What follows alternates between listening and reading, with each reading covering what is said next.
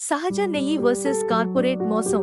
ఒక ఊరిలో ఓ బామ్మ నెయ్యి తయారు చేసి తినే ప్రతి రొట్టెపై ఓ చెంచా నెయ్యి వేసి ప్రేమగా పిలుస్తోంది.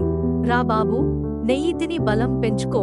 మరోపక్క పట్టణాల్లో చక్కని వ్యాపార ప్రకటనలు, మొబైల్ స్క్రీన్ మీద మెరిసే మాటలు, జీరో షుగర్, వీగన్ స్ప్రెడ్లు, ఫిట్ లైఫ్, గిల్ట్ ఫ్రీ.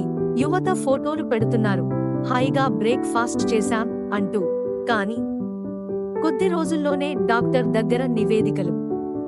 ఆ యువకుడికి వాపు, కాలేయ సమస్య, ఫ్యాటీ లివర్, హార్మోన్ ఇంబాలెన్స్, జీర్ణ సమస్యలతో బాధపడుతున్నాడు. వెలుపల అందమైన ప్రకటనలు, లోపల అనేక బాధలు. సహజ నెయ్యిలో ఉండే బ్యూటిరేట్, విటమిన్లు మన ఆరోగ్యానికి మంచి చేస్తుంది. కార్పొరేట్ స్ప్రెడ్లలో మాత్రం కెమికల్స్, క్యారేజనన్ వంటివి నెమ్మదిగా హాని చేస్తుంది. నిరాశగా ఇంటికి వచ్చిన యువకుడు. బామ్మ మళ్లీ వెచ్చని రొట్టెను తీసి సహజ నెయ్యితో ప్రేమగా ముడిచి తినిపించింది. తేలియాడే సువాసన, వెచ్చని ప్రేమ, ఆరోగ్య బలం అన్నీ ఒక్క చెంచా నెయ్యిలో. బామ్మ చిరునవ్వుతో ముక్తకంఠంతో చెప్పింది, సహజ నెయ్యి లేకపోతే మనశ్శాంతి ఉండదు బాబూ. సహజ నెయ్యి, సహజ ఆరోగ్యం. కార్పొరేట్ మాయల నుంచి జాగ్రత్త.